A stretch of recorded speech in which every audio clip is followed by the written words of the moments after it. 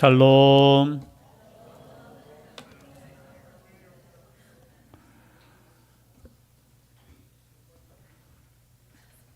지난날 돌아보면은 우리가 처음 교회에 나온 날이 있을 겁니다. 혹시 기억하시는 분 있습니까? 저는 기억합니다. 제가 어릴 때 여기 거기 신천동입니까? 거기가 동막교회. 제가 유치부 때 모르겠어요. 몇 주 나갔는지는 몰라도 저기 계시는 제 형님하고 같이 예배에 참석한 기억이 나요. 그 당시에는 다 마룻바닥으로 되어 있잖아요. 그죠? 신발을 이렇게 신발 주머니에 넣어서 옆에 놔두고 예배 드린 그때 그 마치면은 간식을 주잖아요. 저 아직도 기억합니다. 그때 제가 받은 간식이 조리퐁. 제가 선전하려고 하는 건 아니고 아셔요? 예. 근데 제 형님은 그때 눈깔 사탕이라고 합니까? 이름이 참 무섭죠. 그 사탕 한 봉지를 받아오는데 제 어린 마음에 얼마나 분이 나든지 왜 이렇게 공평하게 간식을 주지 않느냐. 그때부터 교회에 나가지 않았습니다. 그럼 간식도 잘 주셔야 돼요. 그러다가 제가 이제 좀 자라서 이제 이 동네로 이사 오면서 초등학교 4학년 때입니다. 4학년 때 어떻게 되었는지 누가 하여튼 전도했겠지요. 동광교회에 다시 다니게 되었습니다. 유리창도 많이 깨었고 그리고 성탄절날 연극하던 게 저는 아직까지 기억나요. 망아지 셋, 3. 그 예수님 탄생에 있어서 옆에 있었던 그저 말 그때는 뭐 망아지 하던데 망아지 3이었습니다. 제가 2도 아니고 그렇게 해서 또 교회를 다니다가 제가 5학년 때쯤인 것 같아요. 여름 성경 왔는데 이 대신교회 이 지하실에 있을 때 제 형님께서 야 우리 교회 여름 성경학교 하는데 한번 와봐라 해서 왔는 것이 첫 걸음이었던 것 같아요.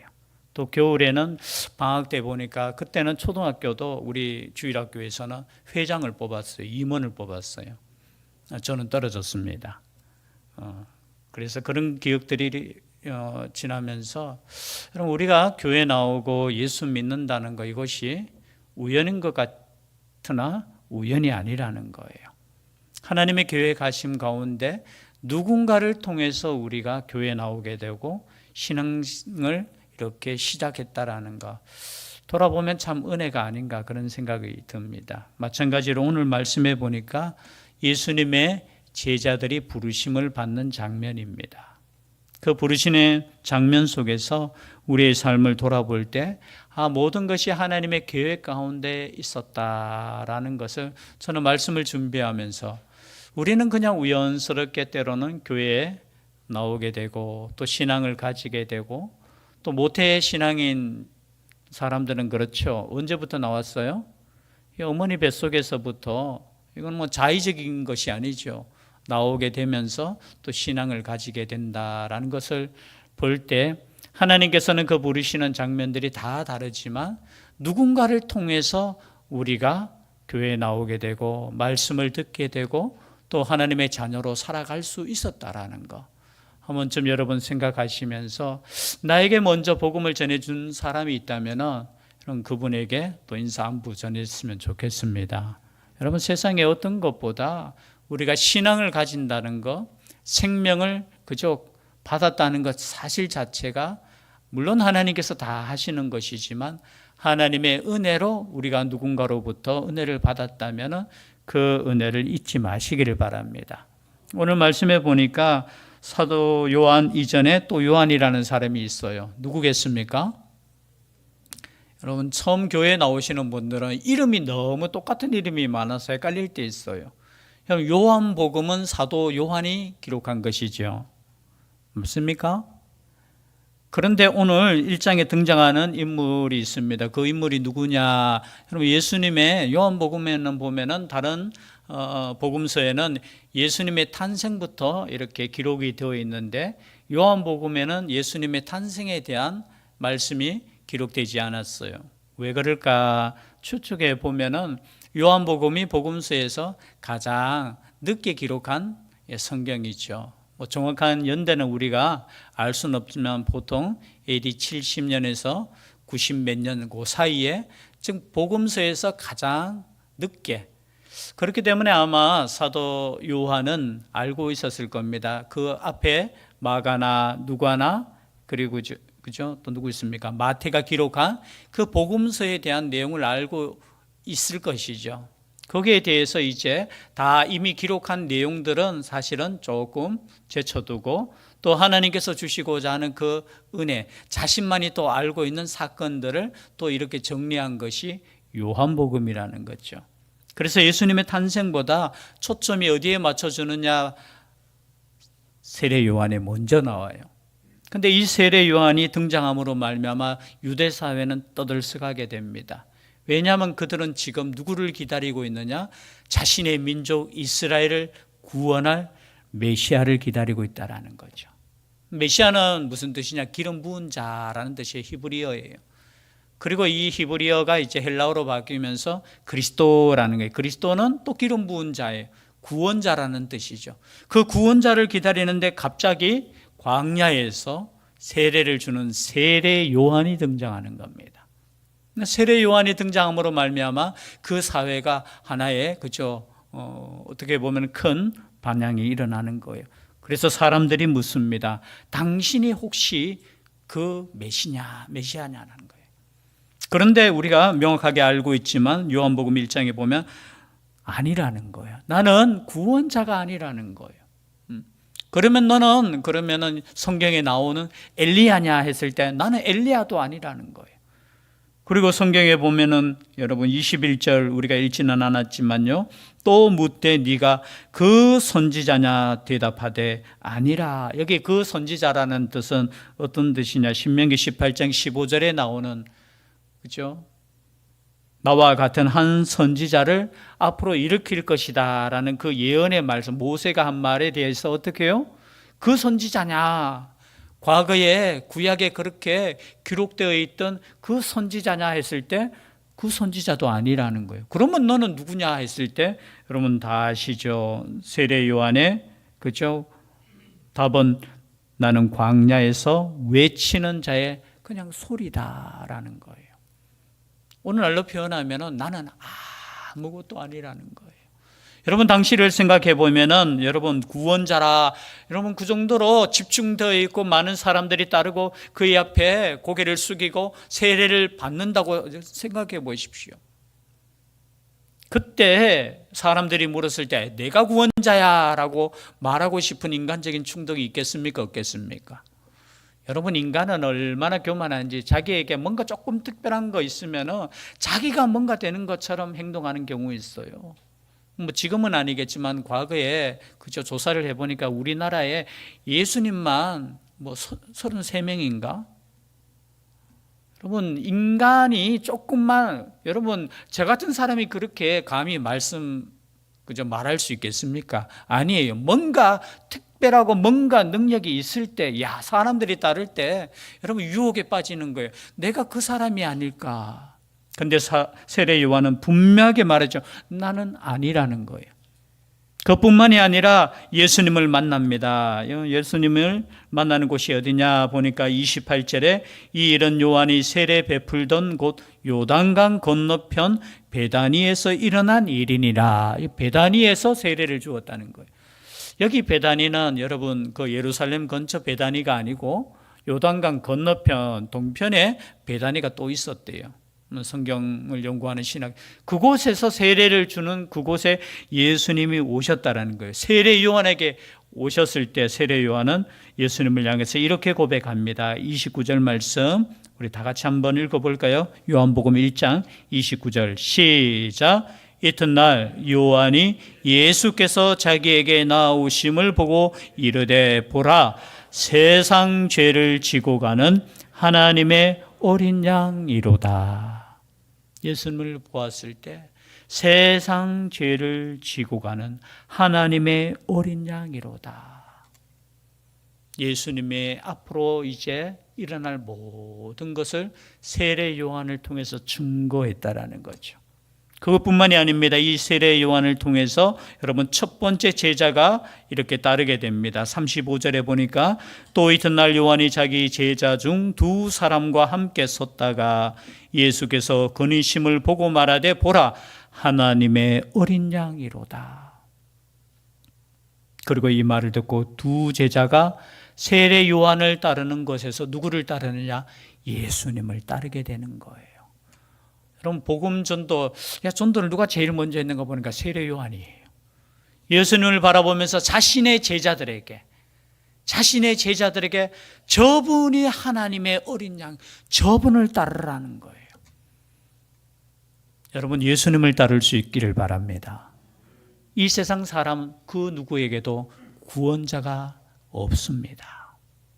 우리는 사람을 따르는 것이 아니에요. 누구를 따른다고요? 예수님을 따르는 제자예요. 얼마나 많은 사람들이 자신을 따르게 하기 위해서, 그죠? 예수님보다 위에 있는 분들이 꽤 있어요. 아니에요. 우리의 삶을 통해서 가장 중요한 것은 우리를 통해서 예수 그리스도가 드러나야 되는 줄 믿습니다. 교회도 마찬가지예요. 교회가 이름 나는 것이 아니라 어떤 목회자가 물론 이름은 날 수 있겠죠. 그죠?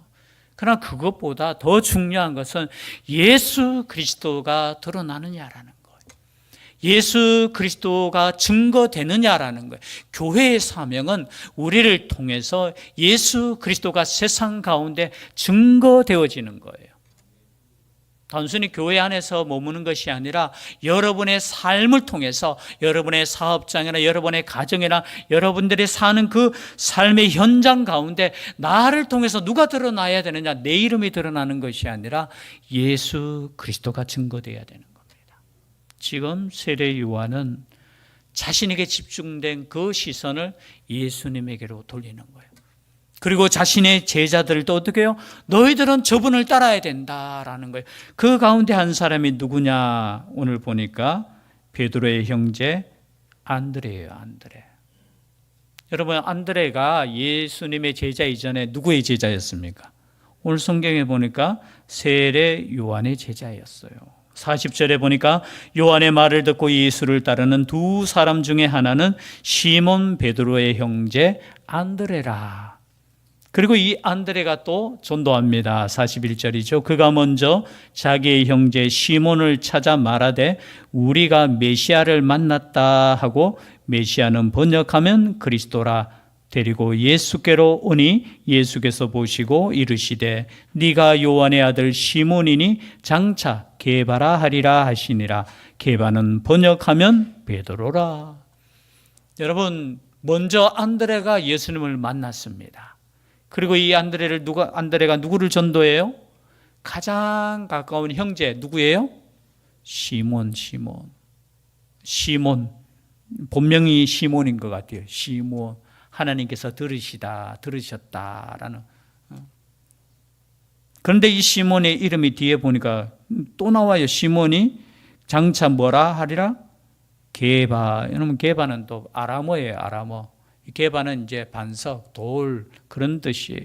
번역하면 또 베드로라. 베드로는 또 헬라어예요.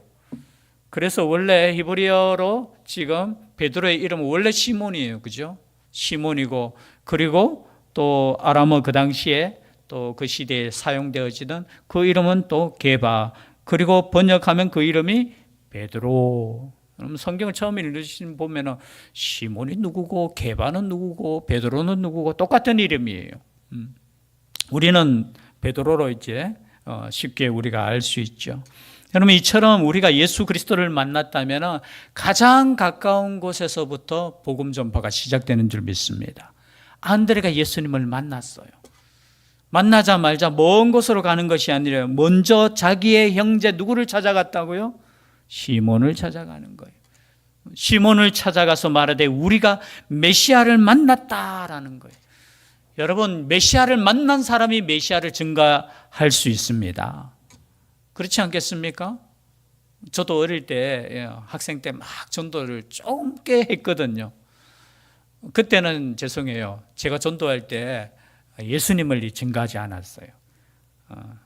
우리 김정덕 선교사님입니까? 우리 김정덕 선교사님 간증 들으셨잖아요. 교회 대신교회 처음 어떻게 왔냐 했을 때 그 친구 중에 한 명이 이름은 제가 기억 안 나는데요. 한 명이 그죠? 우리 교회 오면은 예쁜 뭐 여학생이 있다고 오라고 그 꼬시김 받아가지고 우리 교회 처음 왔다는 거죠. 저는 그 말도 복음인 줄 믿습니다.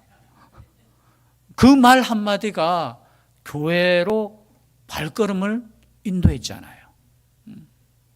저는 그렇게는 거짓말을 못했습니다.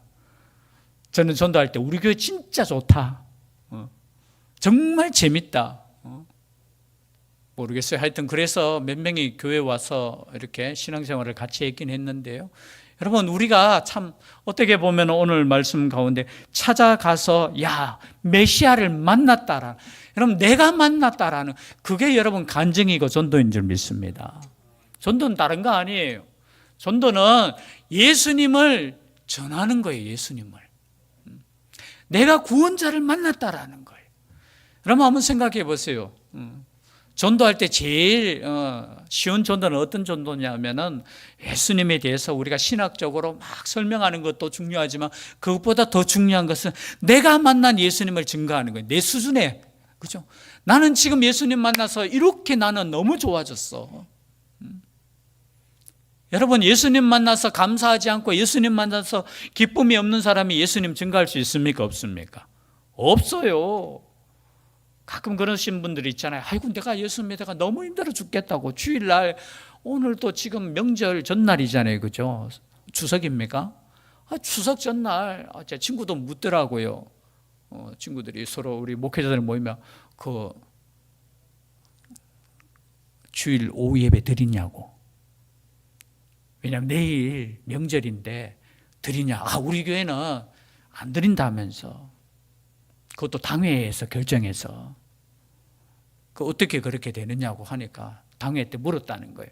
장로님 오후 예배 나올 수 있습니까? 하니까 그때 예배 드리고 또 다 안 나오네요. 그러면은 뭐 오후 예배 제가 또 한 소리 하지요. 우리는 새벽 기도도 한다 당일날.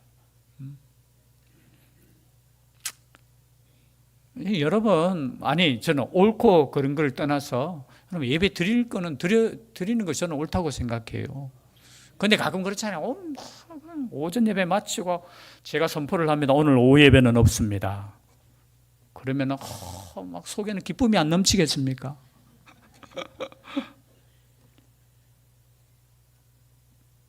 지금 뭐 하다가 또 여기까지 왔는지. 여러분, 복음이라는 것 자체가 전도할 때 그죠? 너무 어렵게 생각하지 마세요.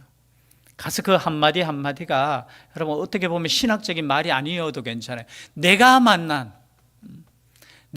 하나님 때문에 내가 감사하고 내가 만난 하나님 때문에 내가 기뻐한다면 그거를 전하는 거예요. 그런데 그렇지 못하면 여러분 교회 나오는 것이 너무 힘들고 전도할 수 없어요. 그래서 제가 봤을 때 누가 전도하느냐? 교회 처음 나오신 분들이 전도 제일 잘할 줄 믿습니다. 한 분 딱 아멘 하세요. 그 이유는 뭔지 아십니까? 교회에 오래 나오신 분들은 교회 일을 너무 많이 하다 보니까 지쳐요. 다는 맞지 않지만. 그러니까 자기 일이 너무 많아. 그러니까 친구 데려오려고 해도 데려와서 나는 지금 일해야 되는데 친구 이거 옆에 데리고 와가지고 이거 내버려 둬야 되는데 그래서 전도 못 하시는 분들도 혹 있어요. 제 과거에 약간 그런 생각을 가졌어요. 제 아버지 전도할 내가 일찍 전도했어야 되는데 교회 오면 나는 열심히 예수님 믿어요. 열심히 충성해요. 그러니까 목회자까지 돼요. 그런데 그것보다 더 중요한 것은 이 복음을 정말 믿지 않는 사람들에게 전하는 게 제일 1순위가 되어야 되잖아요. 그럼 생명을 살리는 것보다 더 중요한 거 없잖아요. 그렇지 않습니까? 내가 사랑하는 사람이 천국 가는 것보다 세상에 더 중요한 게 어디 있습니까? 그렇지 않습니까? 우리는 천국을 믿는 사람들이잖아요. 천국을 믿는 사람 중에 내 사랑하는 사람이 지옥 가고 있는데 여러분 가만두는 사람이 그 사람이 진짜 나쁜 사람이에요. 정말 사랑한다면 내가 믿음이 있다면 정말 천국, 전도를 쉬운 게 아니잖아요. 사실은 가족 전도하는 게 제가 볼 땐 제일 힘들어요. 가까운 친구한테 복음 전하는 게 제일 힘들어. 왜냐하면 말했을 때 관계가 어떻게 될까 온 근심 걱정 다 해요. 그러나 여러분, 그보다 더 중요한 게 뭡니까? 내 사랑하는 형제, 내 사랑하는 가족, 내 사랑하는 친구, 내 사랑하는 그 누군가가 예수 믿어서 천국 가는 것보다 더 중요한 게 없잖아요. 지금 예수님을 처음 만난 안드레가 그냥 당장 가서 어떻게 해요? 그 형제에게 지금 전도하는 거예요. 그리고 이튿날 보니까 오늘 읽었던 말씀처럼 길 가다가 빌립을 예수님께서 만나셨어요. 그리고 하시는 말씀이 나를 따르라 하니까 빌립이 그 말을 듣고 어떻게 해요? 따랐어요. 저는 이 말씀 읽을 때마다 조금 충격이 돼요. 왜냐하면 설명하는 것도 아니에요. 너 나를 따르라. 물론 그 가운데 여러 가지 사건들이 함축되어 있겠지요. 그런데 한마디예요. 나를 따르라 했을 때 그 따르라는 그 말씀 속에 빌립이 따르는 거예요. 그리고 예수님을 만난 빌립이 또 누구에게 가요? 안드레와 베드로와 한 동네 베세다 사람인 어떻게 해요? 그 빌립이 나다나엘을 또 찾아가요. 물론 나다나엘은 베세다 사람 아니에요. 뒤에 보니까 가나 사람이에요. 가나. 요한복음 2장에 보면 가나에서 또 사건이 일어나잖아요. 그 가나 출신이에요. 그 가나 출신이지만 아마 빌립은 나다나엘과 친구였던 것 같아요. 그 찾아가서 45절 말씀이죠. 이르되 모세가 율법에 기록하였고 여러 선지자가 기록한 그 일을 우리가 만났으니 요셉의 아들 나사렛 예수니라. 그런데 이 말을 듣고 나다나엘이 어떻게 말합니까? 나사렛에서 무슨 선한 것이 날 수 있느냐라는 거예요. 여러분, 그 당시 나사렛은 그냥 성경에는 나오지 않아요. 그냥 우리로 표현하면 촌동네, 촌동네 이상이에요. 왜냐하면 갈릴리 지역 자체가 그 당시 예루살렘에 살고 그 중심부에 사는 사람 입장에서는 그 갈릴리 그 동네는 유대 땅이지만 그냥 이방인과 같은 동네라고 생각했어요. 왜냐하면 이방인과 이렇게 접촉점이 이루어지거든요. 그러니까 저 사람들은 이방인과 같이 우리로 표현하면 영적으로 순결을 잃은 동네라고 생각했어요. 근데 그 가운데서 여러분 더 이 나사렛은 아예 그냥 우리로 표현하면 갈릴리 지역 베세다 사람들 입장에서는 더 나사렛? 죄송해요. 자기도 베세다 출신이면서. 그런데 어떻게 해요? 나사렛에서 무슨 선한 것이 성경을 찾아봐도 나사렛이 나오지 않아요. 그런데 보십시오. 성경에 나사렛이 나오긴 나옵니다. 마태복음 2장 23절 우리 한 찾아볼까요? 바로 앞에 있으니까 마태복음 2장 23절 함께 읽겠습니다. 시작. 나사렛이라는 동네에 가서 사니 이는 선지자로 하신 말씀에 나사렛 사람이라 칭하리라 하심을 이루려 함이로라. 여기는 보니까 선지자로 하신 말씀에 나와 있는데요. 그런데 구약 성경에 나사렛이 없어요. 그래서 신학자들이 그냥 찾다가 어디를 찾았냐? 이사야서 11장 1절 말씀. 한 구절만 더 찾겠습니다. 이사야 11장 1절. 함께 읽겠습니다. 시작.